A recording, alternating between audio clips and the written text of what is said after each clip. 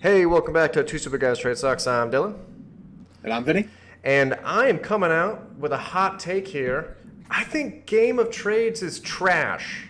I don't like what they've been doing recently. It's infuriating. They're flip-flopping. Like one day they're just like, oh, we're going up. Oh, we're definitely going down. We're definitely going up. It just depends on whatever happened at the end of that day. And there's certain clips in there that we're going to look at because it's pissing me off.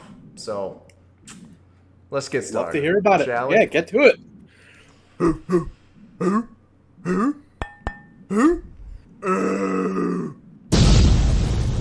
Two Super Guys Trade Stocks.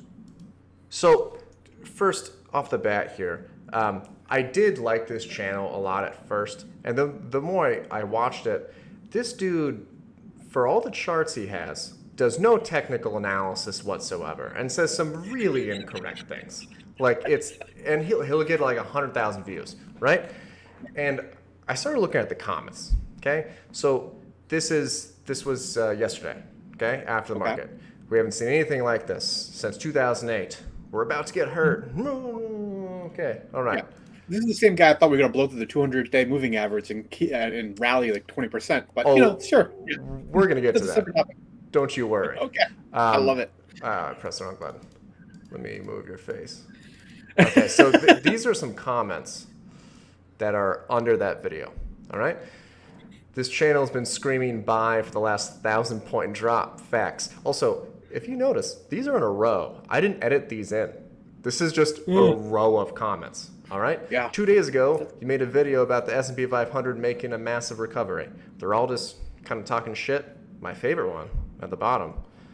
Game of Trades finally turning bearish after having their ass handed to them for 9 months solid. We must be close to a bottom. I love it. That's not bad. I thought it was pretty good. Yeah, right? It is pretty funny.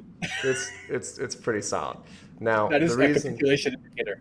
Yeah, 100%. Now this was the video that they released a day before saying all traders are going to be hurt. For the 5th time in stock market history, the S&P 500 will see a massive recovery. Massive. Shut up. I mean, eventually it will. Yeah. Eventually. Sure. It's like a broken clock thing, I guess. If you say it's going to be down and up and then down and up, you're going to be right, half the time. Just release a video every other day contradicting your previous statement. There's one thing I'm going to put here. Let me move your face again and my face. We're going to listen to a minute clip that just irked me, okay? And here, let's get started. Is giving us. So first of all, the reason behind the sell-off, let's start with that, is none other than the Fed, right? A lot of people are saying that weak earnings are beginning to get discounted. I really don't think that's the case because the market essentially is being driven by yields, by bond yields. This is the Fed funds curve, so market expectations of the Fed funds rate before and after the meeting, right? Pre-meeting, you can see expectations were that rates were going to peak at around 4.5. By 2025, they'd be at around 3.5. After the meeting, it was significantly higher, leading to... Okay, I'm going to pause it right here because he's about to say something absolutely ridiculous, okay? Okay. He's going to say that after the Fed funds meeting, we tanked, and he's going to point on the graph one little sliver of the tank. Mind you, we had dropped 50 points from 430 to 380 in a matter of like a month before that drop. Okay? Okay. Absolutely ridiculous. Also, the fact that he's blaming all this on the Fed fund or the Federal Reserve, very incorrect, but a very aggressive repricing in stocks and also in bonds, right? Bonds went parabolic here. Both the bonds. Okay, so he grabs the point at when we were at 430 on the SPY. Okay, we were at 430 in about August. He then tries to correlate that with a drop 2 months later, but saying that they happen at the same time. And the stock market repriced very aggressively following that grabs meeting. from there, the I always bonds. find it very amusing to see the market pricing in things to 2025 based on what the Fed is saying, as if the Fed has ever been accurate at predicting its own monetary policy. I think that's... Shut up. I get it on that one. You know, they changed their mind, like they changed their socks. Okay, every Fed meeting has had a different kind of thought process as it evolved along the way. Remember when inflation was transitory? That's fine. You don't get to trash the Fed when you change your opinion every 12 hours, saying that they don't know what they're doing. You know what you're doing. Shut up. Yeah. Okay? Go ahead. I also, if you noticed in the beginning, he kind of said something about earnings going down. Has he not ever looked at previous like recessionary periods where you've seen earnings drop 30 to 50% for S&P 500 overall? No, I think this channel started in like 2019. I'm just off of his behavior. I think he had one bull run, and he thinks that that's normal. Don't forget to smash the like button for the number 10,000th channel on stocks and investing. I know he calls himself the number one channel, by the way. All right, this is the second part. This is trash.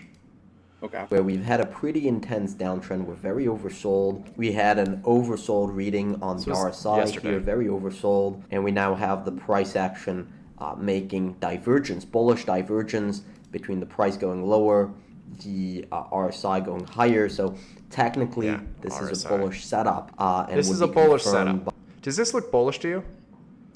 No, that doesn't look bullish to me. I mean, is he looking for like a pen and breakout kind of thing? Is what his thought was, but like that doesn't look like it to me. He's trying to say this is going to be a V reversal. He was going off on how this is going to go straight up after, right? And people love it because that means that you're going to make money. This is not a bullish setup, you crazy person. We just broke a new low on volume. I don't understand.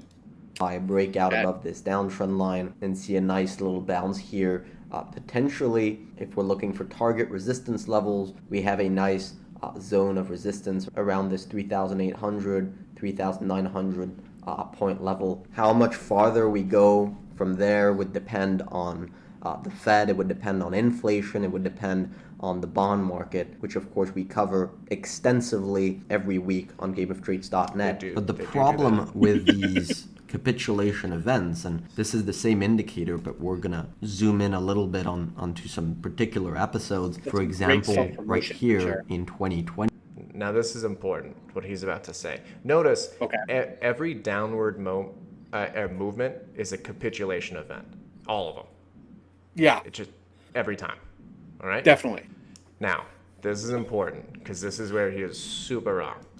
You can see that the breadth hit oversold right here, but the market just kept on capitulating again and again, and the market continued to drop from around 3,000 points all the way down to 2,200 points. That's obviously a moment where if you were sitting right here in March 2020, you would have regretted buying the dip on that first oversold reading. That's fair. Right, so that's something to keep in mind, right? Because when you have this type of market price action, capitulation event, that's when unpredictability, uncertainty in the market, volatility goes through the roof. And so essentially you don't know where it's going to end. You don't know. Nobody knows during a capitulation event where the market is going to bottom. 2018. And bullshit. All right, so I'm going to go into that. Let me get out of this. Yeah, that mildly broke my brain a little bit just having to listen to that. Dude, it's just inaccurate. And as Vinny said, they originally said that we were going to blow past the 200. They used the 100-week moving average back when we were at 430. I'll show that for you. But here's our channel. Interesting. And in kind of concurrence with the dot-com crash and the 2008 financial crisis, we should be getting a rejection off this level soon. So we're pretty close to it. Not even soon. This week. I was right 2 days later. Yeah, that you were. You definitely were. This week. I will give full credit on that. Now, here's what I want to talk about. Two things. All right. One, I'm going to go to this slide. Do you mind talking about this real quick? So you've seen this kind of slide circulating on Reddit and Twitter and everywhere. Basically, it's just overlaying the 2008 financial crisis with the S&P 500 chart for this year. I don't know, man. Does it truly it does look relatively convincing to the naked eye here, but that's just because we've been in a down kind of bearish trend over approximately the same period of time. Does that mean that we're we're right here next for the big major leg down. Like, I don't know. That's kind of ridiculous, I think. But I agree. I think it's interesting, but it is would I interesting. hang my hat on it? No. So one thing that I want to point out is what tends to happen, and I don't know why we do this, or like we as a people, whenever there's a down event, we always try to tie it into something happened. Well, the Fed raised interest rates. Whenever there's an up event, we try to tie it into something. In reality, psychology plays a major play, right? Every bear market or downward movement follows an ABC pattern, as well as a bull market, which is why that 200 average always has so many hits and bounces off, because everyone's looking at the same level. Now, what I want to look at, which is, it worked. Okay. Let me get this. And boom. All right. So this is 2020. Okay. Now this is very, very zoomed out.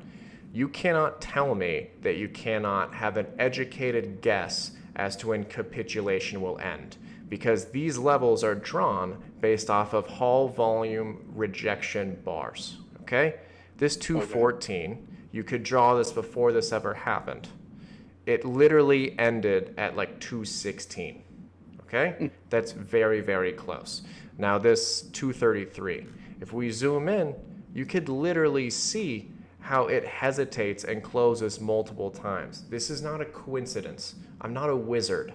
It's not hard to draw these levels. Okay? I'm going to give you another example. So one, they said how they are buying bonds left and right. Thank you, because I shorted the shit out of that. One of my most successful trades. Plus 57%. Right. Why did I sell here? Right? I didn't know for a fact that we were going to go kind of little parabolic here and hit this level and bounce up. But I already showed my trades. I showed that I sold at 102. It's because this is a 10-year low. That's why this level matters, right? You can predict where these things are going to go. It won't always be right, but if you're right more than 50% of the time and you risk a certain amount and make double that amount, you're fine. Now, one more thing. I just want to go to the SPY. All right. We are chilling at 362, okay? 357. I have this level marked, 322. Give or take 5. That's the last time that we had a big support. I'm going to say odds are we hit that level as the next low. Okay? Now, one of the biggest problems that I have with Game of Trades is they flip-flop constantly and they don't have any skin in the game. Or if they do, they're not proving it. How many times have I shown my trades? I've been saying probably short. Behind a paywall, right? That's probably what it is. You have to pay $5 a month to get it. I'm guessing, but that's probably the story. No, I think you're right, because I don't listen to his videos all the way through a lot, and because I was doing this, I had to listen to him. Yeah, so they do have a service that you have to go through to pay for. I can't imagine how good that service is when you flip-flop your direction every 12 hours. It's going to be fantastic. But either way, put your money where your mouth is, dude. If you're saying it's going to go long, show everyone you bought calls. If you're saying it's going to go short, show everyone that you fucking bought puts. Like, this is ridiculous. And on top of that, I feel like he also comes up with a thesis and then finds indicators to support the already made thesis. He's not coming at this with like a I guess he already has an answer. Does that make sense? Yeah, an unbiased kind of position, basically. I completely understand what you're trying to say there. Yeah, that's the idea. I mean, everyone's kind of got their own thing, but like it definitely gets a little bit disconcerting when you see someone kind of so ambiguous about what their position is. I think we've been pretty clear with this channel that we believe the market's direction is still down. You still look at historical valuation metrics. We still have quite a room to go to get back to just a historical trend line. Never mind to be in undersold territory. We're looking at earnings drops. The earnings season's coming up here next month. I'm not a perma bear, but like there's certainly some excess in the market that needs to come out of it before I can get like super excited about where the market overall is positioned compared to historical average. Right. And just put it out there, still short. I'm at a 40% gain right now, not going anywhere. I am holding till, for now, at least till 320. Thanks, guys. All right, catch you guys in the next one.